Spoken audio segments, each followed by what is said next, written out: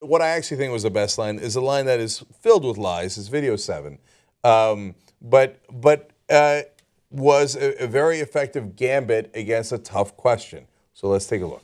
Well, Chris, I'm glad to discuss my views on ethanol and energy. I think God has blessed this country with enormous natural resources, and we should pursue all of the above. We should be developing oil and gas and coal and nuclear and wind and solar and ethanol and biofuels.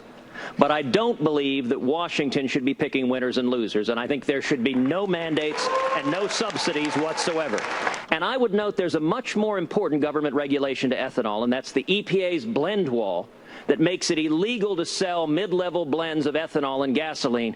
I will tear down the EPA's blend wall, which will enable ethanol to expand its market share by up to 60%, all without mandates, all without any government mandates whatsoever through the marketplace. And I'll note finally, Chris, there is a reason that Iowa's Congressman Steve King, perhaps the fiercest defender of farmers in this state, is chairing my campaign because he understands that I'm committed to a fair and level playing field for every energy source without lobbyists and without Washington picking winners and losers.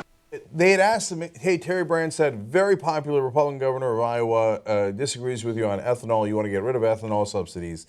Now, I've heard this question asked 1,000 times before 1,000 Iowa caucuses. And every single politician finds a way to pander to Iowa and says, no, I'm going to keep the subsidies. So score one for Ted Cruz, a man I can't stand. And there is dishonesty built into this answer, which I'll explain in a second. But he stood in front of that Iowa crowd and said, yeah, I'm going to take away your ethanol subsidies. And look, okay, yeah. Terry Branstad doesn't agree with me, but Steve King, another favorite son of Iowa among Republicans, agrees with me, and I've got to act out of principle here, and I'm the true conservative. So I thought that was as good an answer as you could give. Yeah. Now, the deceit built into that answer is that I know that 3 out of his top 4 donors, the 4 donors combined, gave him $36 million to his super PACs. That is the great majority of all the money that he has. Yeah. So he has very little money outside of those 4 donors, and 3 of them are in the fracking business. Fracking business doesn't get subsidies. They don't want any of their competition, including ethanol, to get any subsidies. So conveniently, Ted Cruz gets to go, here, give me your $36 million. Let's get rid of all the subsidies, the goddamn son-of-a-bitch subsidies. You see that? I'm against crony capitalism. Now, look, again, down to turn back around one more time and give him more credit. I agree with him. I think we should get rid of the ethanol subsidies.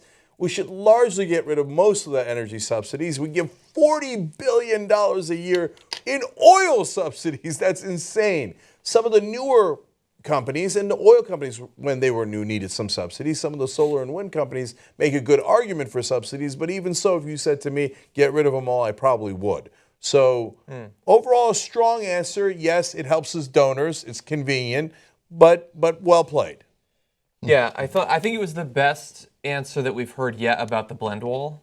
And everybody's focused on the blend wall in Iowa. I think we should build one on the southern border, and we should make some farmers pay for it. But I do think, while all the fracking stuff is totally true, and by the way, maybe tomorrow on the show, we need to talk about some of the stuff I've been reading about Hillary Clinton and fracking, but that's a separate story.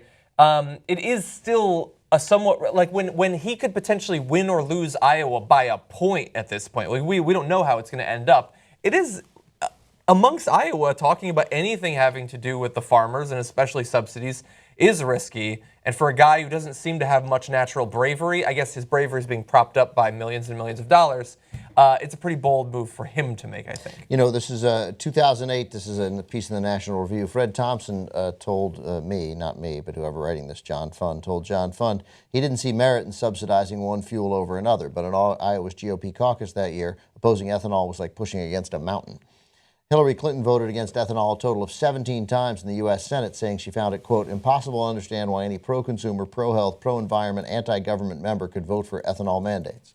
Oh, God bless her. 2007, as she announced for president, she took a sharp turn on the road to Des Moines and embraced ethanol. This year, she calls ethanol, quote, a success for Iowa and much of rural America.